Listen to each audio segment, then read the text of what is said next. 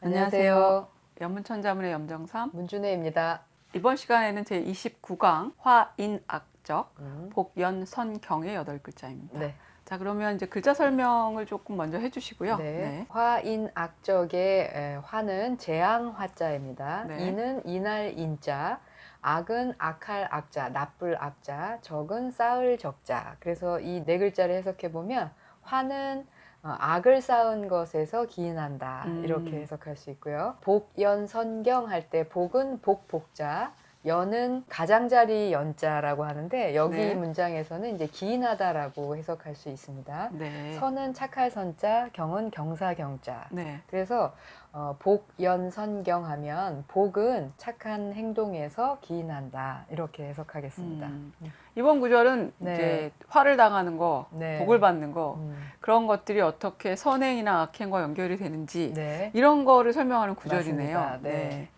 자, 그러면 글자 하나하나부터 살펴보겠습니다. 재앙 화자는요. 네. 그 왼쪽에 있는 게 보일 시자이고요. 네. 보일 시자가 단독으로 쓰일 때 하고 붓으로 쓰일 때가 모양이 다릅니다. 아, 네, 네. 그래서 옷 의자하고 획 하나가 차이가 있으니까 네. 그걸 좀 주의하셔야 되고요. 오른쪽에 있는 이 글자가 입이 비뚤어질 와자라고 해요. 아, 입이 비뚤어져 있다. 네. 네. 그래서 이 글자가 발음 성분으로 쓰여서 재앙을 나타내는 이제 형성자를 만들었는데, 네. 재앙이라는 게 이제 신이 내릴 수도 있고 복을 내릴 수도 있고 네. 그런 거니까 이제 신과 관계된 글자가 의미 역할을 하고 음. 오른쪽에 있는 것이 발음 역할을 한다, 이렇게 볼 수 있겠습니다. 보일 시자는 원래 재단을 의미하는 글자의 모양이어서 제사를 지내는 말하자면 네네. 신전 같은, 네, 신에게 제사 네, 지낼 지내는, 때 재물을 그런 올려놓거나 뭐 신주를 올려놓거나 네. 해서 신과 교통할 때 사용하는 제단인데요. 그래서 이 글자가 들어간 글자들이 대체로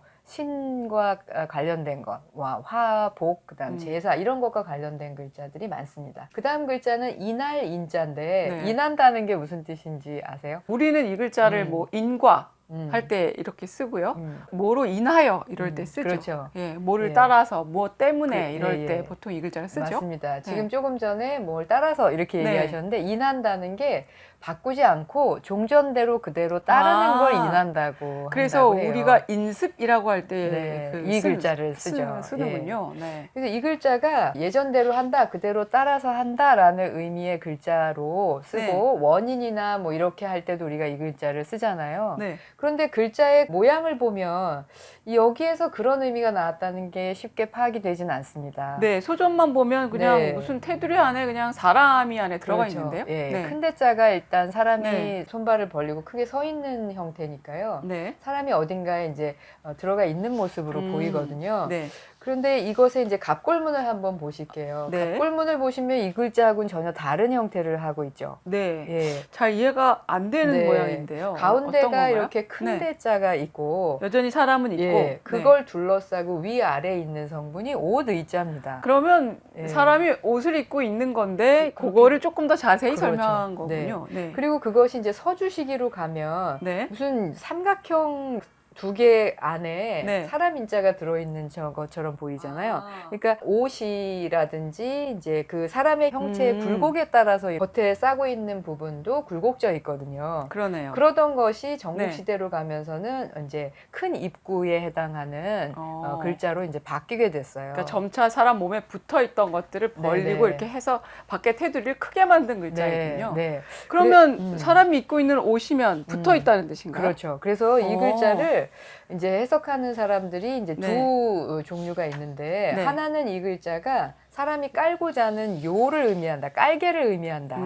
라는 해석이 하나 있고요. 네. 또 하나의 해석은 아까 갑골문의 자형에서 보면 사람의 몸의 굴곡에 따라서 이렇게 같이 재단이 됐잖아요. 그래서 몸에 딱 붙어 있는 형태, 그래서 이제 내의를 의미한다. 그렇게 두 가지로 크게 해석이 나뉘고 있는데 정확하게 뭐라고 확정하기가 참 어렵습니다. 깔고 자는 요것 같으면 지금의 침낭 같은 형태이겠네요. 완전히 몸을 싸는. 그렇죠. 네. 그래서 이 글자는 네. 거기에서부터 시작이 돼서 네. 어쨌든 몸에 딱 붙어 있으니까 예. 사람이 거기에 이제 붙어 있다, 의지하다, 의탁하다. 이제 여기서부터 이제 의미가 파생이 되어서 네. 그것에서 이제 따르다, 쫓다 이런 네. 의미, 거기서 이제 따르고 쫓는 것에서 원인이 될 수 있고 뭐 하니까요. 네. 계속 그런 의미로 파생이 된 것으로 보입니다. 그 다음에 글자는 악할 악자인데요. 네. 이 글자는 이제 두 개로 구성되어 있어요. 윗부분이 버금 아자. 버금이라는 건 이제 두 두 번째라는 번째가 뜻이죠. 간다. 예. 첫째가 아니다. 그렇죠. 예. 그리고 밑에 있는 게 마음심이거든요. 네. 근데 이게 이제 나쁠 악자니까 네. 심리적으로 이제 마음가짐 같은 것이 좋지 않다, 나쁘다 이런 의미라고 생각할 수 있겠습니다. 그래요? 네.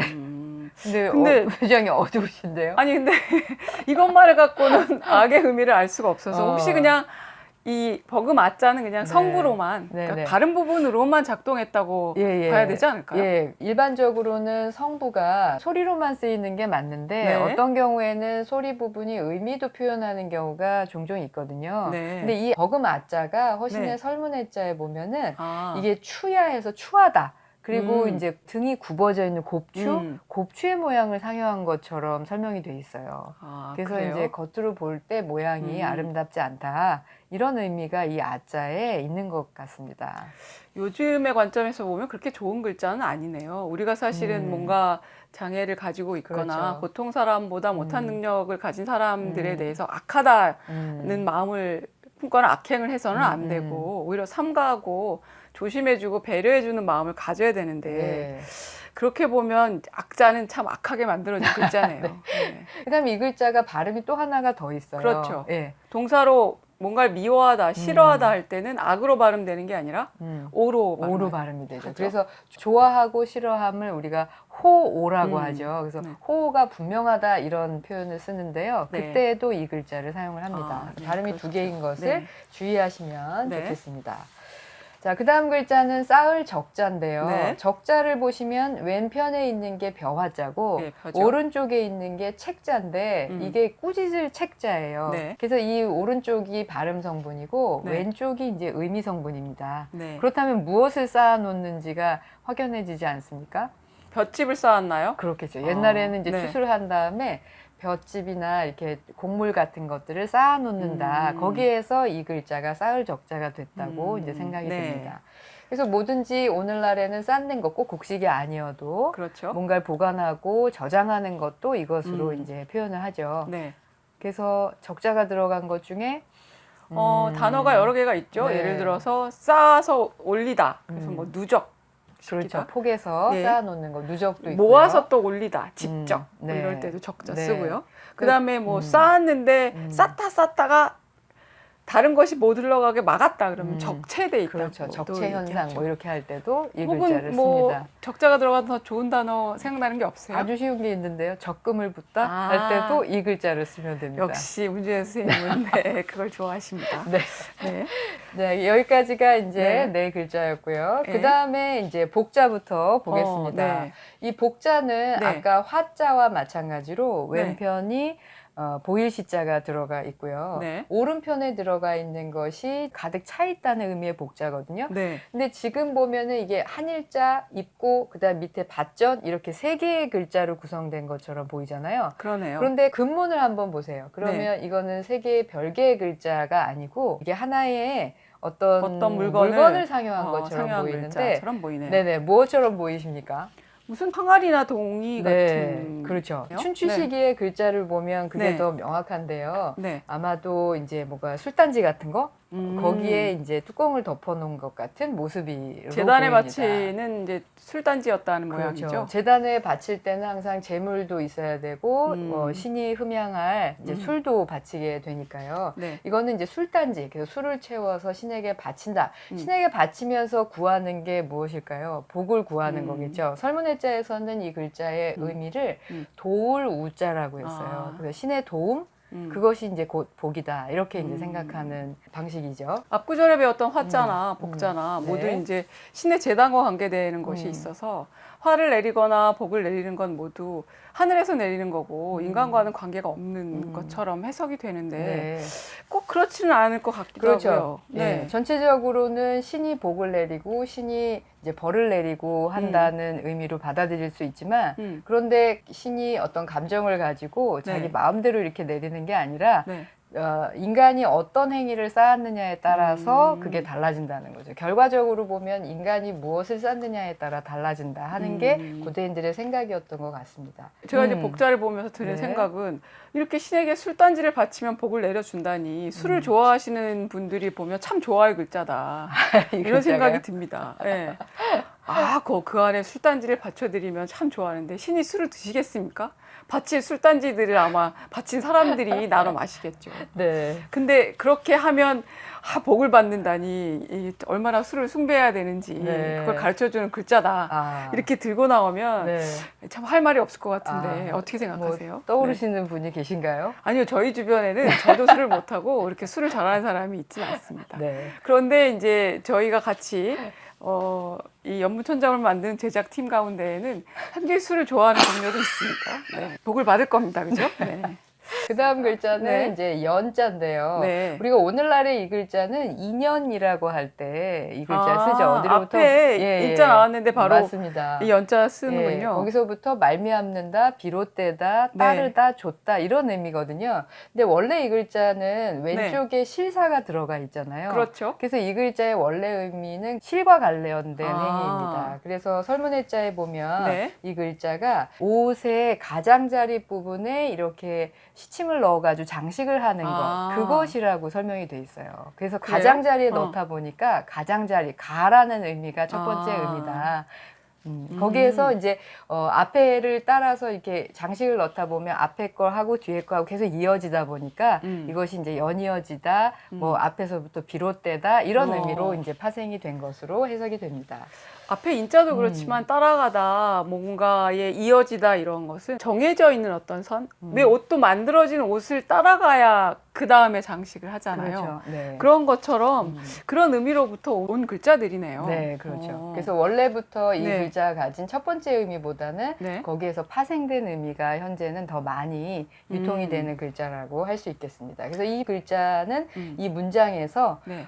기인하다, 원인이 되다 이런 식으로 해석을 해야 되고요. 네. 글자 자체는 왼쪽에 있는 게 의미성분이고 네. 오른쪽에 있는 거는 이건 이제 단자거든요. 네. 단단하다는 의미의 단자예요. 네. 그래서 이게 이제 발음 성분이라고 생각하시면 되겠습니다. 아, 그렇군요. 저는 네. 연자하면 떠오르는 성어가 하나 있습니다. 네. 맹자에 나오는 건데 연목구어라고. 네, 연목구어. 나무를 따라 올라가서 거기 위에서 물고기를 구한다고. 그렇죠. 무슨 얼토당토안한 짓을 하느냐.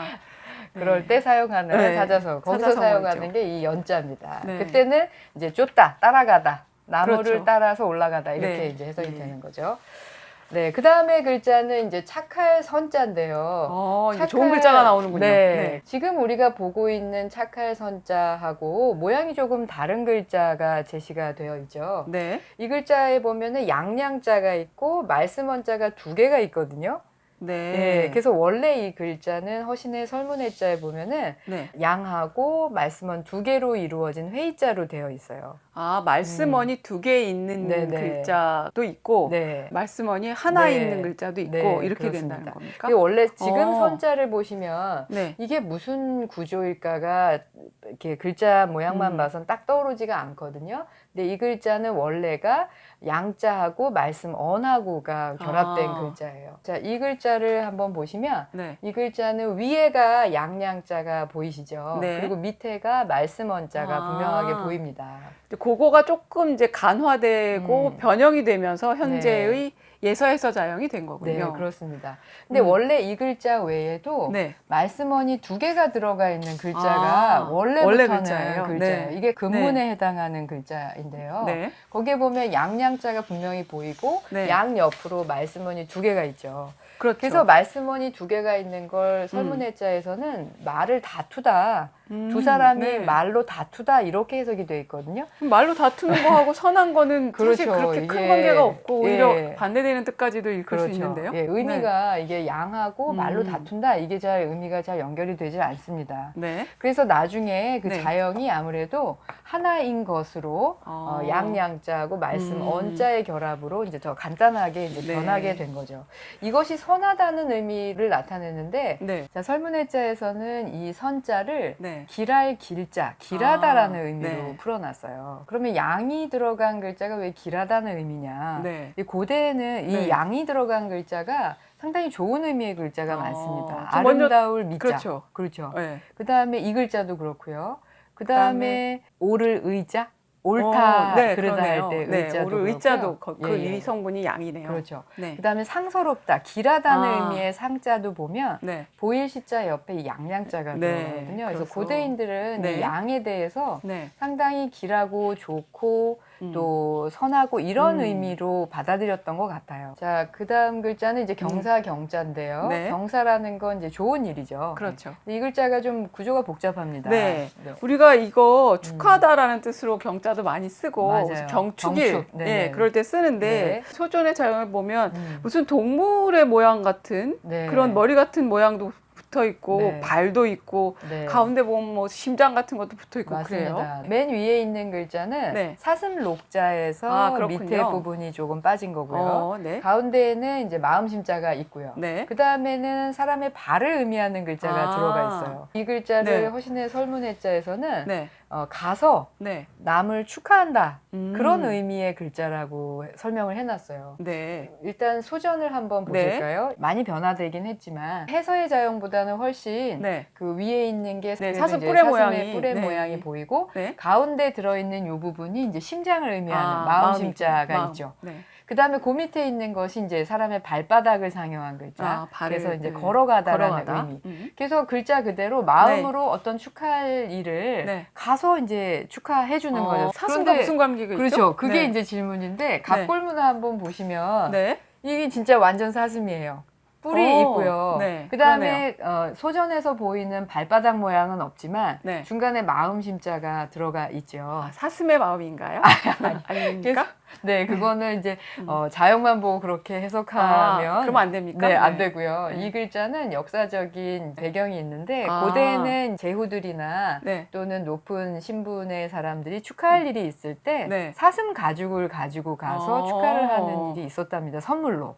아, 선물이군요. 네, 선물로. 그래서 네. 선물로 사슴 가죽을 가지고 가서 이제 축하를 하는 것이기 때문에 네. 여기에 사슴 녹자가 쓰였다는 거죠. 그러니까 사슴을 드리고서 네. 마음으로 축하를 드립니다. 그렇죠. 이런 뜻으로 네. 합쳐야 된다는 거죠. 그렇죠. 예. 사슴의 마음이 아니라. 네. 네, 알겠습니다. 그래서 네. 천자문의 이 구절에서의 선경이라고 하는 건 착한 거, 그다음에 경사로운 거 이런 네. 거, 좋은 것이죠 다. 예. 예, 그런 것에서 선한 복이 네. 하늘로부터 복이 온다 이런 의미로 이제 해석할 수 있겠습니다. 전체 구절을 그럼 다시 한 번만 예, 다시 한번 정리를 해주실까요? 해드릴까요? 네. 예.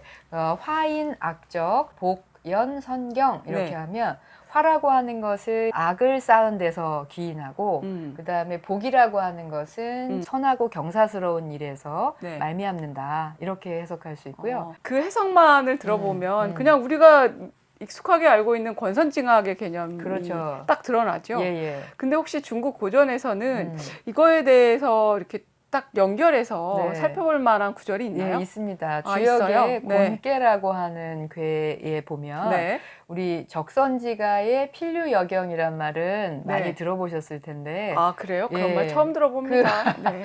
그 구절에 보면 선을 쌓은 집안에는 반드시 넉넉한 경사스러운 일이 있고, 일이 있고. 적불선지가 그러니까 불선한 착하지 않은 일을 쌓은 불선이고 집안에는 낙이니까. 그렇죠. 네. 필류 여앙이라고 해서 재앙이 화가 화가 많다 이런 구절이 있거든요. 네. 그래서 그 구절을 압축적으로 네.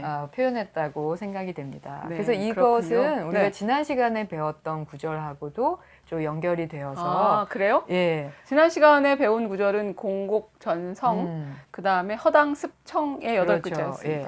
혼자 집에 있을 때에도 네. 그가 했던 선한 말이 네. 밖으로 퍼져나가서 어떤 명성이 될 수 있고 악한 말이 밖으로 나가 사람들에게 비난받는 일이 될 수 있다. 그런 내용이었으니까요. 네. 거기하고 연결 짓는다면 화나 복이나 다 모든 것들이 이제 자기가 어떤 행위를 하느냐 거기에서 말미암는다. 이런 식으로 이제 앞구절을 받아서 이야기했다. 이렇게 볼 수 있을 것 같습니다. 주흥사가 고민 많이 했겠는데. 자, 네. 그러면 이제 이번 시간에는 29강의 네. 8글자를 배우셨고요. 네. 다음 시간은 이제 제 30강의 8글자를 네. 배우시겠는데 그 네. 8글자는 척벽 비보, 촌음시경. 이건 이제 시간을 아껴라. 네. 가만히 있지 말고 어쨌거나 최선을 다해서 하루하루를 살아라. 이런 뜻을 가진 구절입니다. 네. 자, 그럼 오늘 여기까지 하겠습니다. 감사합니다. 밤을 향